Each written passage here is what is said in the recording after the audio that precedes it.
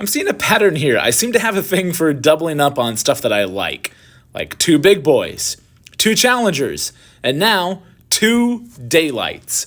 But there's a reason for that, and as you'll find by the end of this video, I can only keep one of these. So let's see if there's a clear choice between these 2 O-gauge examples of the famous Southern Pacific GS4 Daylight number 4449.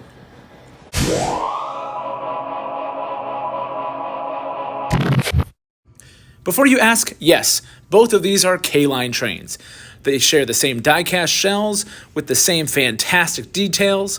They're both capable of tackling tighter turns thanks to their scaled-down size, but their proportions are the best ever offered in this size. No Lionel or Rail King engine can compete with what you see here. I did a video earlier about K-line trains and all the things that make them great. Unsurprisingly, these 2 Daylight locomotives are a fantastic example of everything that I love about K-line. But I've talked enough about what's similar here, so I'm going to show you the differences between these 2, so if you're looking for one to purchase, you know which one to get and why. Let's compare these 2. This first example was the original version K-line came out with in the late 90s. I'm not certain on the exact year this one was released, but it was before the Lionel legal mess that eventually did them in. As shown on the box, this engine features Lionel Trainmaster Command. So everything from the old gray Cab 1 to the newest Cab 3 app can control these. There's a program switch under the cab so you can assign a number and run it with anything. The sounds aren't bad per se, but they're nothing to write home about. I'll run through some of them now to give you an idea.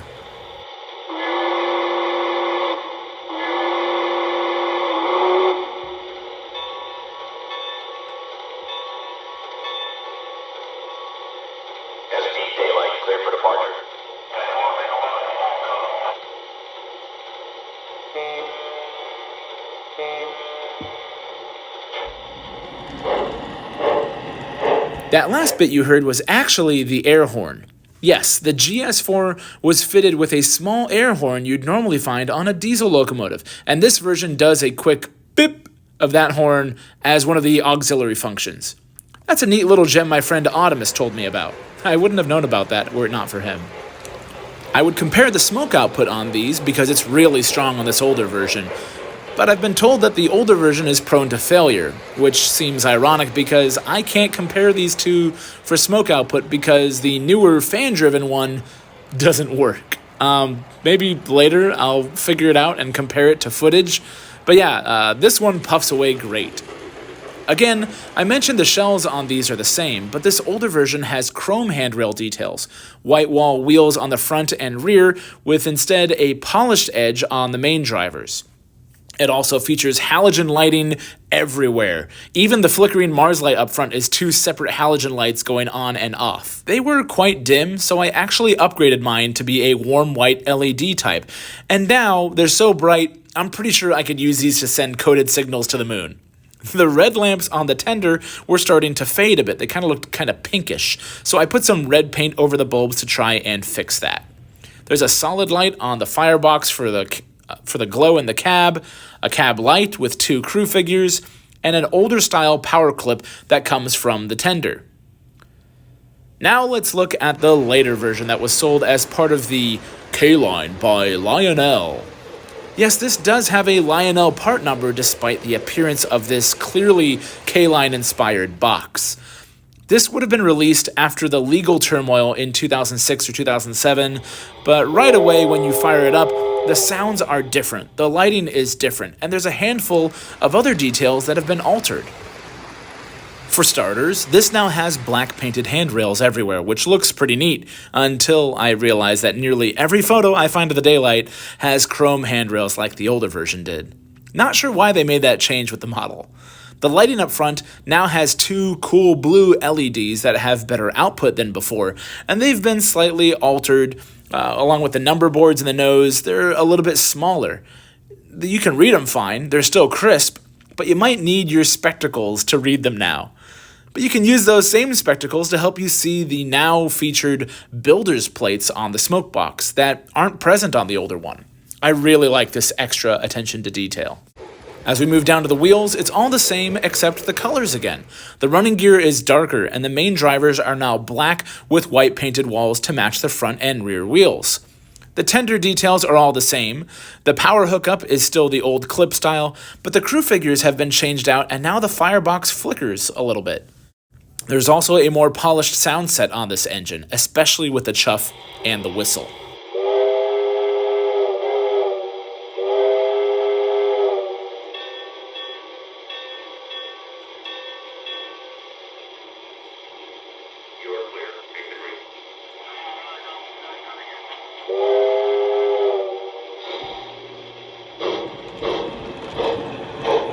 However, you'll notice there's no air horn feature to demonstrate.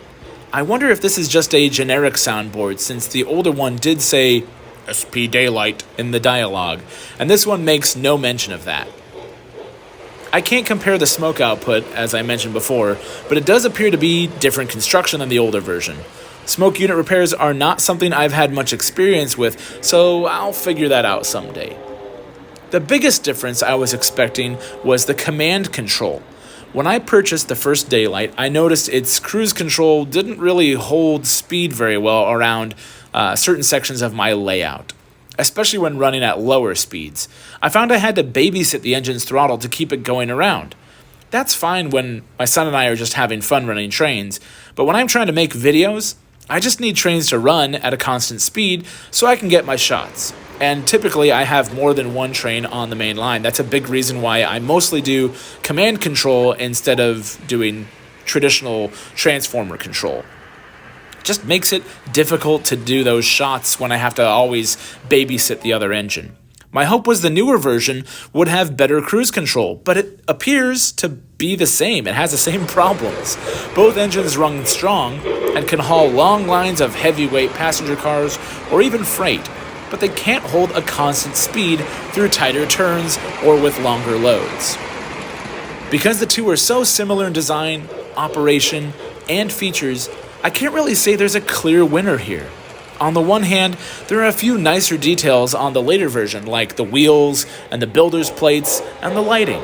On the other hand, the older one looks so sharp with those chrome handrails popping against the rest of the engine, and that air horn, while a little weird, is unique and not something you see every day.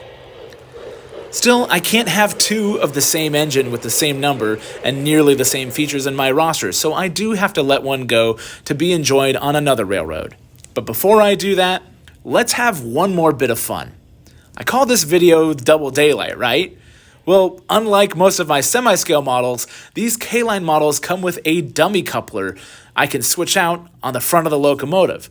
So, for the first time, and the last time on my rails, I'm going to double head these Daylights around the second-hand overland. Check it out.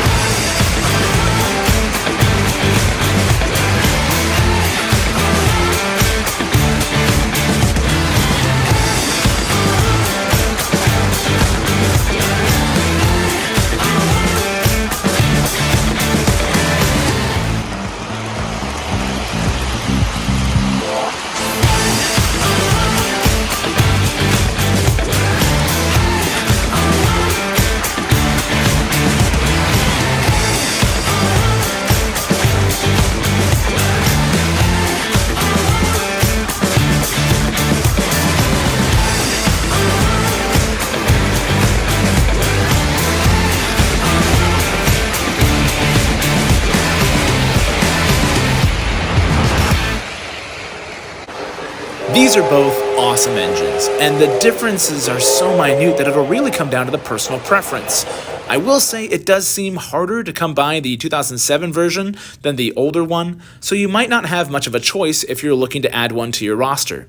As for me, Well, it took me a while to decide, but after a week of running both, I find myself liking the 2007 version just a hair more.